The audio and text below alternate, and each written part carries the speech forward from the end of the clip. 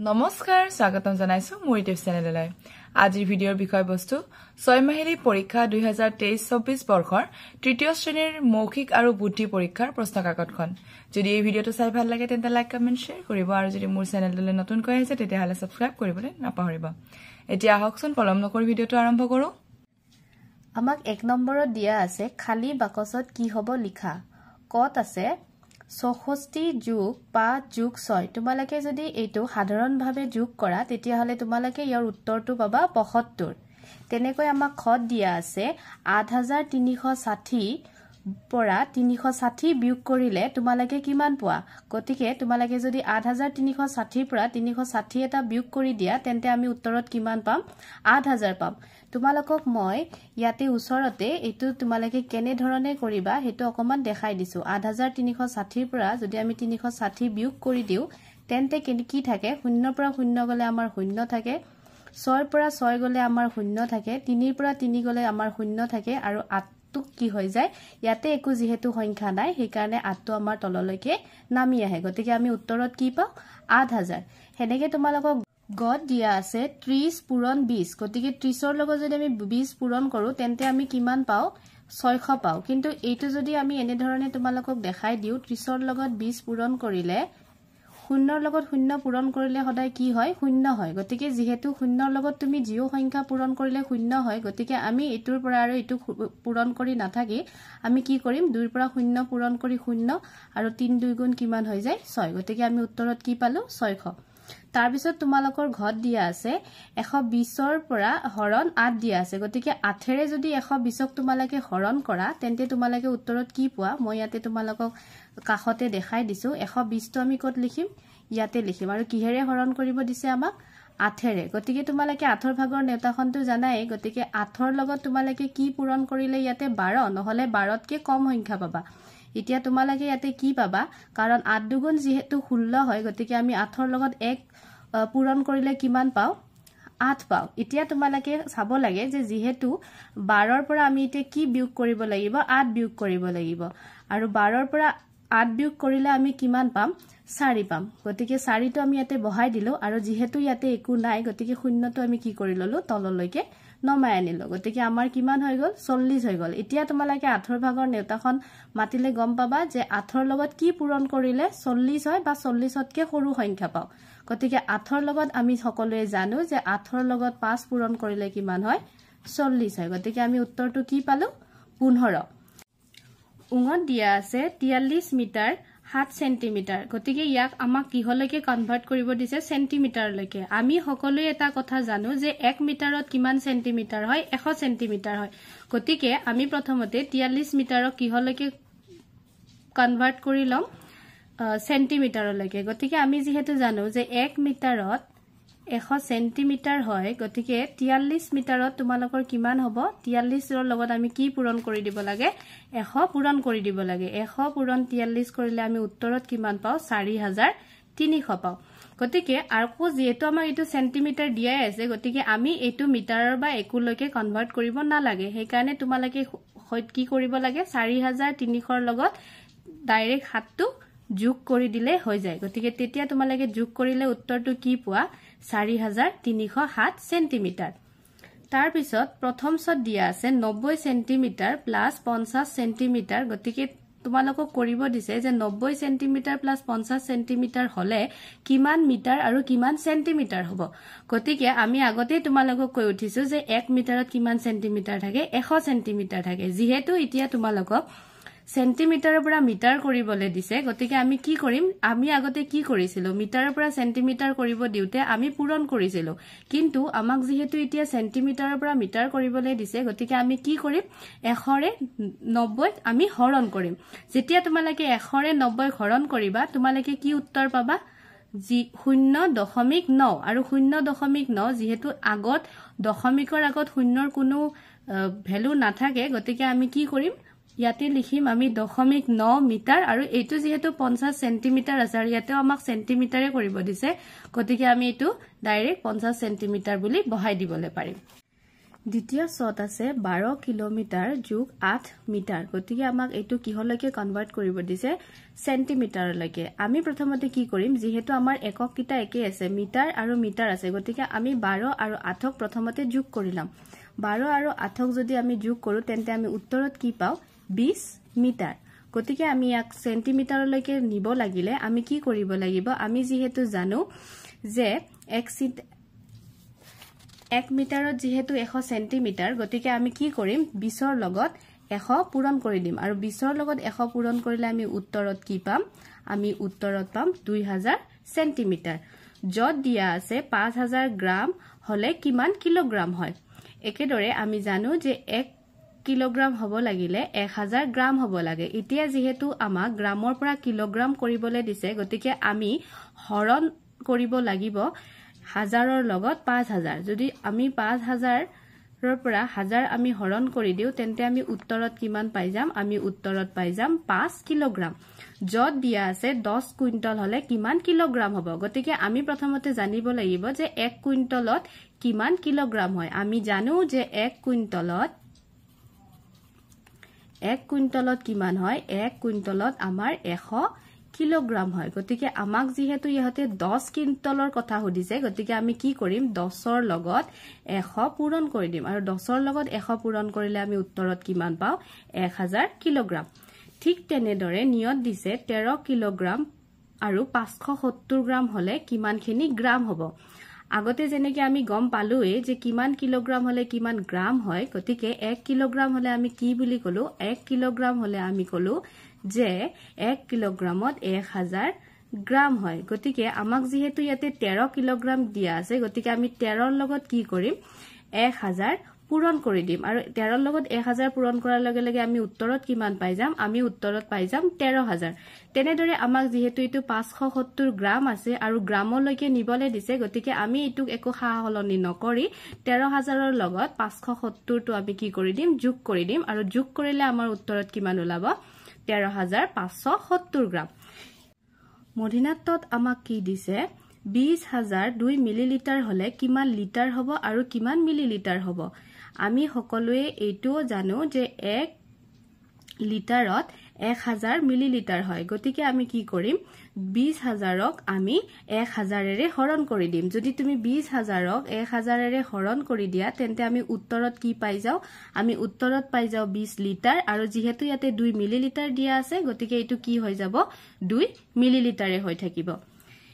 এক গ্ৰছত সদায় কিমান হয় 146 টা হয় মধিনাত দত দিয়া আছে 20 দিস্তা হলে কিমান ৰিম হয় এইটোতো সকলোৱে জানাই যায় যে 20 দিস্তা হলে কিমান হয় 1 ৰিম হয়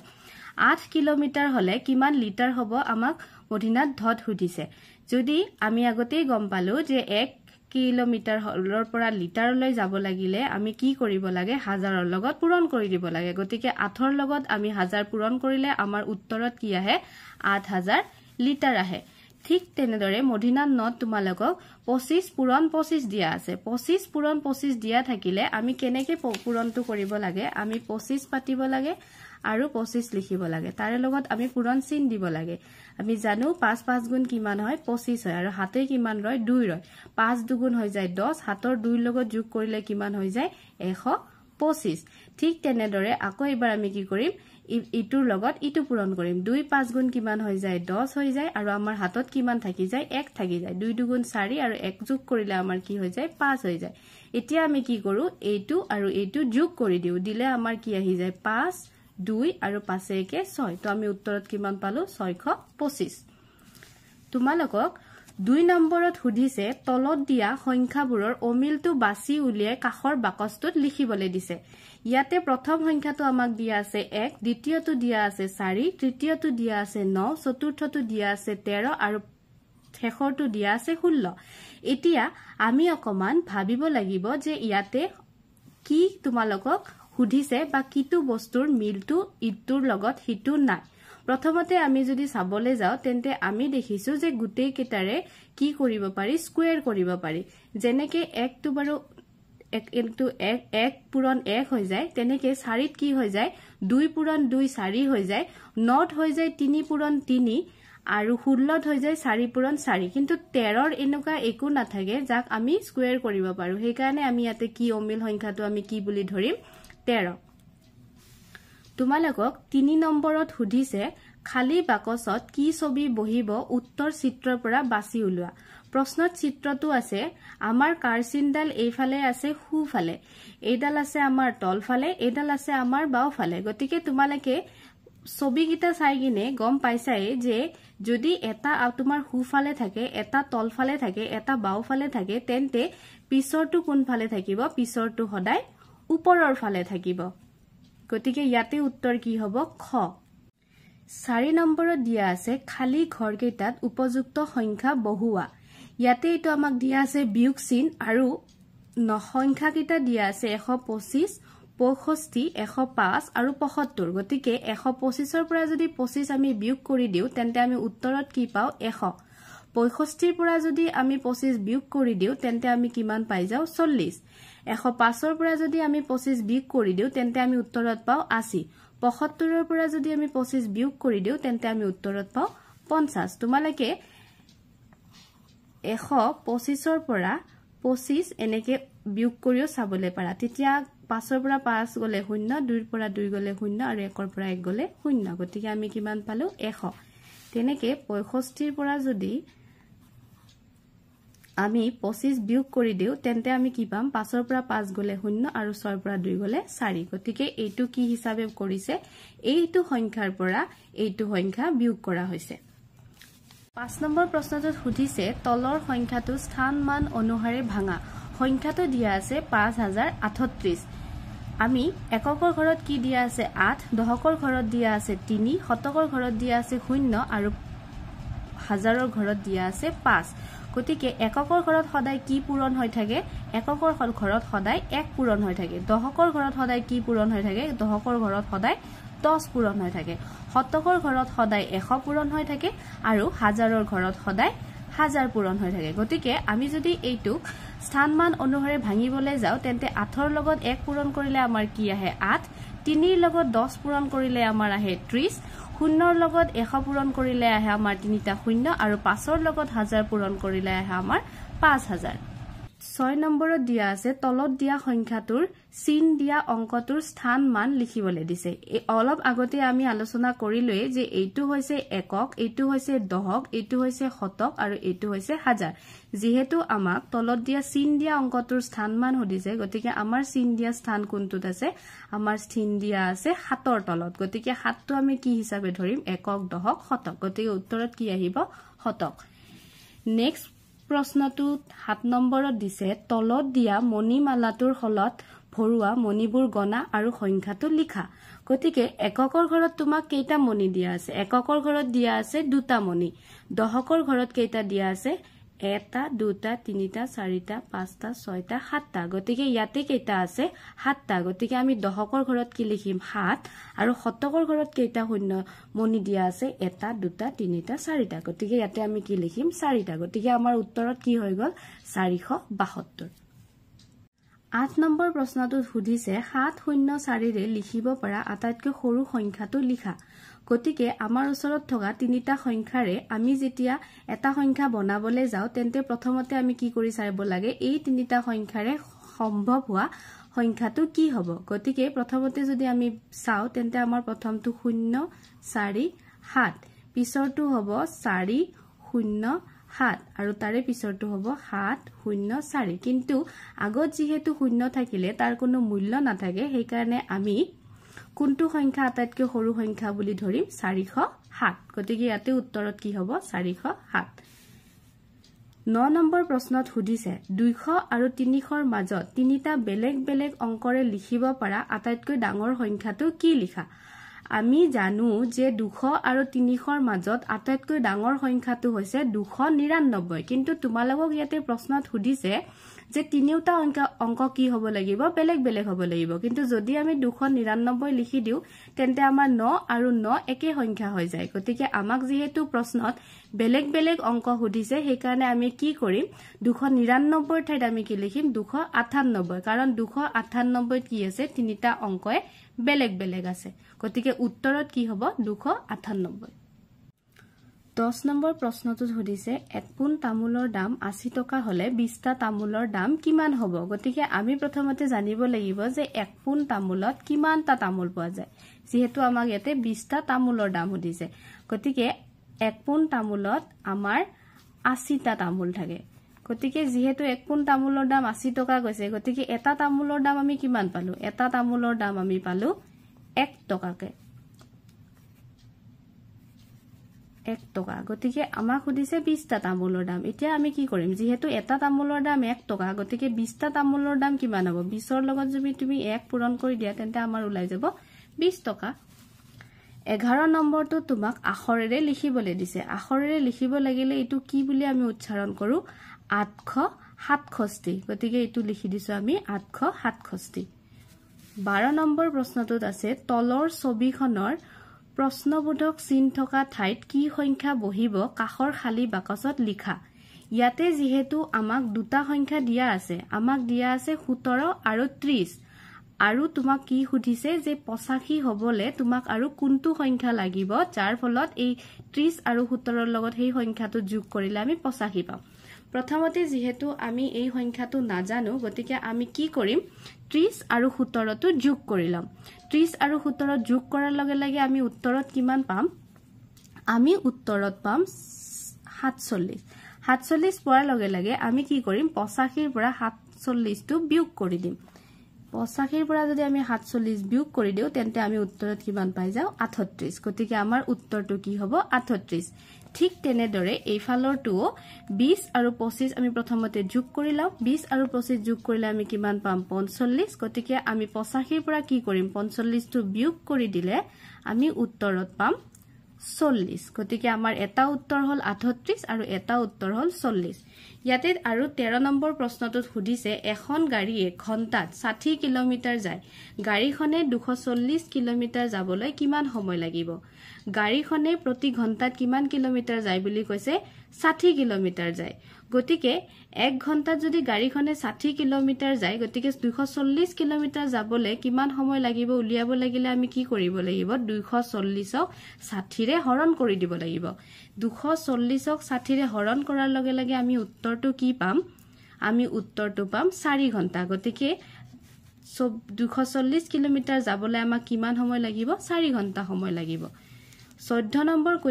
প্ৰশ্নটোত সুধিছে এটা 7 মহলীয়া ঘৰ প্ৰতি মহলাতে 4 ঘৰকৈ মানুহ প্ৰতি ঘৰ মানুহৰ 3টাকৈ কোঠা আছে ঘৰটোত মুঠতে কিমানটাকৈ কোঠা আছে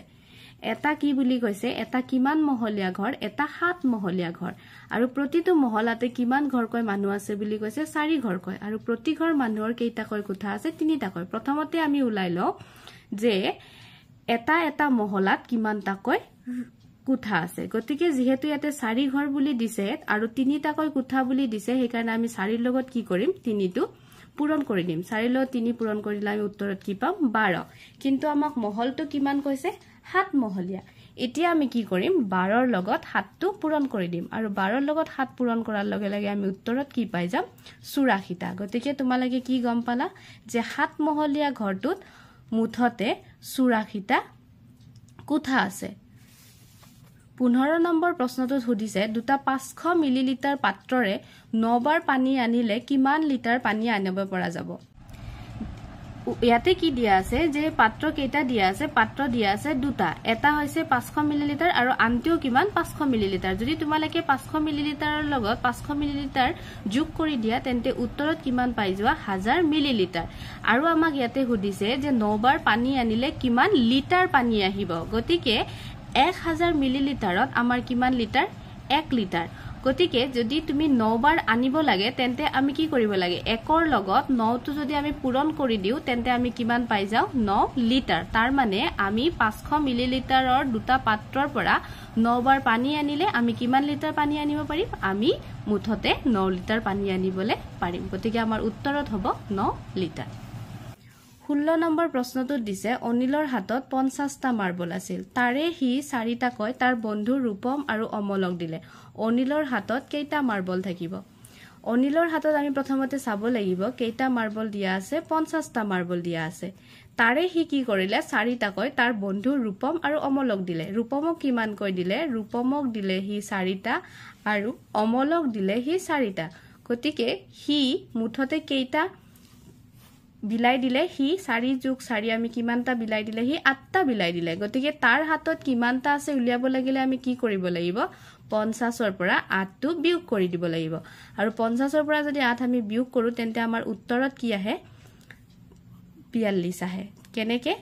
ইয়াতে যেহেতু শূন্য আছে গতিকে শূন্য থাকিলে আমি কি কৰিব লাগে আগৰ সংখ্যাটোৰ পৰা 1 এটা ধাৰলে আনিব লাগে ধাৰলে আনিলে আমাৰ ইয়াতে কি হৈ যায় 10 হৈ যায় আৰু 10ৰ পৰা 8 গলে কি হয় 2 আৰু ইয়াতে যেহেতু আমি এক ধাৰলে নিলো গতিকে ইয়াতে কিমান থাকিলে 4 আৰু 4ৰ পৰা 4টো কি হল তললৈকে নামি আহিলে গতিকে আমি উত্তৰত কি পালো 42 17 নম্বৰ প্ৰশ্নত দিয়া আছে 7 লিটাৰ আৰু 500 মিলিলিটাৰ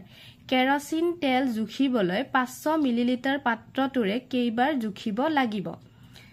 যেনেকে 1 লিটাৰ হলে আমাৰ কিমান মিটাৰ হ'ব লাগে মিলিলিটাৰ হ'ব লাগে 1000 মিলিলিটাৰ হ'ব লাগে গতিকে ইহতে যেহেতু 7 লিটাৰ দিছে গতিকে 7 লিটাৰক আমি কি কৰিম প্ৰথমতে মিলিলিটাৰলৈকে হলনি কৰিলাম গতিকে 7 লিটাৰ আমি যদি মিলিলিটাৰ কৰিব লাগে আমাৰ কিমান মিলিলিটাৰ হ'ব আমাৰ 7000 মিলিলিটাৰ হ'ব গতিকে 7000 মিলিলিটাৰ হৈ গল আৰু লগত আমাৰ কিমান আছিল 500 টো মিলিলিটাৰে আছিল গতিকে আমি কি কৰিম 7000ৰ লগত 500 যোগ কৰি দিলে আমি কিমান পাই যাও 7500 মিলিলিটাৰ পাই যাও আৰু আমাৰ তেল জোখা পাত্ৰটো কিমান আছিল বুলি কৈছে তেল জোখা পাত্ৰটো আছিল আমাৰ 500 মিলিলিটাৰৰ গতিকে আমি কি কৰিম 7500ৰ লগত আমি 500 হৰণ কৰি দিম 7500ৰ লগত যদি আমি 500 হৰণ কৰি দিও তেন্তে আমি উত্তৰত কিমান পাও আমি যদি এনেকে কাটাকাটি কৰি দিও তেন্তে আমি উত্তৰত পাও আমি 5ৰে 75ক কিমান বাৰ যায় 15 বাৰ গতিকে আমি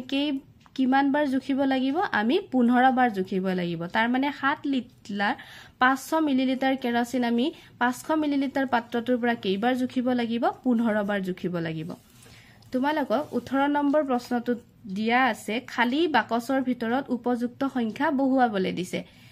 প্ৰথমটো সংখ্যা দিছে কত 19 16 আৰু 13 প্ৰথমতে এনেকুৱা সংখ্যা ধৰণৰ সংখ্যা দিয়া থাকিলে আৰু পিছৰ সংখ্যাবোৰক তোমালোকক সুধিলে সদায় কি চাব লাগে ইহতৰ মাজৰ পাৰ্থক্যবোৰ চাবলে লাগে এতিয়া আমি যদি ইহতৰ 19 16 আৰু 13ৰ মাজৰ পাৰ্থক্য চাবলে যাও তেন্তে তোমালোকে যদি 19ৰ পৰা 16 বিয়োগ কৰি দিয়া তেন্তে কিমান থাকি যায় 3 থাকি যায় ঠিক তেনেদৰে তোমালোকে 16ৰ পৰা যদি 13 বিয়োগ কৰি দিয়া তেন্তেও কি থাকি যায় 3 থাকি যায় তাৰ মানে আমি কি গম পালো যে ইয়াৰে মাজৰ পাৰ্থক্যটো কিমান ইয়াৰে মাজৰ পাৰ্থক্যটো হৈছে 3 এতিয়া আমি পিছৰ সংখ্যাটো উলিয়াবলৈ কি কৰিম 13ৰ পৰা 3 বিয়োগ কৰি দিম 13ৰ পৰা যদি 3 বিয়োগ কৰি দিও আমি কি পাই যাও 10 ঠিক তেনেদৰে 10ৰ পৰা যদি আমি 3 বিয়োগ কৰি দিও আমি কি পাই যাও 7 গতিকে আমাৰ পিছৰ সংখ্যা দুটা কি হ'ব 10 আৰু 7 খতুত দিছে 789 678 আৰু 567 গতিকে আগৰটো যেনেকে আমি পাৰ্থক্য উলিয়ালো ইয়াতো আমি কি উলিয়াব লাগিব পাৰ্থক্য উলিয়াব লাগিব এতিয়া পাৰ্থক্য উলিয়াব লাগিলে কি কৰিব লাগে প্ৰথমটোৰ পৰা পিছৰটো আমি বিয়োগ কৰি চাম তোমালোকে যদি 789 পৰা 678 বিয়োগ কৰা তেন্তে তোমালোকে কি পোৱা পাৰ্থক্যটো পোৱা যায় 111 তোমালোকে লাগিলে এটো বিয়োগ কৰি পিছত চাব পাৰা উত্তৰত 111 আহিব ঠিক তেনেদৰে 678 ৰ পৰা যদি 567 পাব লাগে ইয়াৰ মাজৰ পাৰ্থক্যটো কি আহি যায় 111 তোমালোকে এইটো তোমালোকে কৰি চাবলে পাৰা তোমালোকে উত্তৰত 111 পাবা গতিকে পিছৰ সংখ্যা দুটা আমি উলাবলে কি কৰিব লাগিব প্ৰথমতে 567 ৰ পৰা আমি 111 বিয়োগ কৰি দিব লাগিব 111 বিয়োগ কৰি দিয়াৰ লগে লগে আমি কি পাই যাম 456 এতিয়া আমি কি কৰিব লাগিব পিছৰ সংখ্যাটো উলিয়াব লাগে 456 ৰ পৰা 111 বিয়োগ কৰি দিব লাগিব আৰু 111 যদি আমি 456 ৰ পৰা বিয়োগ কৰি দিও তেন্তে আমাৰ উত্তৰত কি আহি যায় 385 গতিকে তোমালোকে এনেকুৱা ধৰণৰ অংকবোৰ পালে প্ৰথমতে এওঁলোকৰ মাজৰ পাৰ্থক্যটো উলিয়াবলৈ চেষ্টা কৰিবা আৰু যদি তোমালোকে পাৰ্থক্যটো উলিয়াই যায় তেন্তে নেক্সট সংখ্যা কিটাও তোমালোকে সেই হিচাবৰ পৰাই বিয়োগ কৰি গনে উলিয়াই লবা এতিয়া আমাক 19 নম্বৰটো দিছে পুৰণৰ 18ৰ ভাগৰ নেওতাখন মুখস্থ লিখা যোৱা বছৰ যদি 18 ভাগৰ দিছে এবাৰ হয়তো বেলেগ দিব পাৰে হেহে আমি 1ৰ পৰা 20 লৈকে ভালদৰে পুৰণৰ নেওতাখন মুখস্থ ৰাখিব লাগিব যাতে যি দিয়ে আমি হেয়াই কৰিব পাৰো ঠিক আছে তেন্তে আজিৰ কাৰণে থ্যাংক ইউ ফৰ ওয়াচিং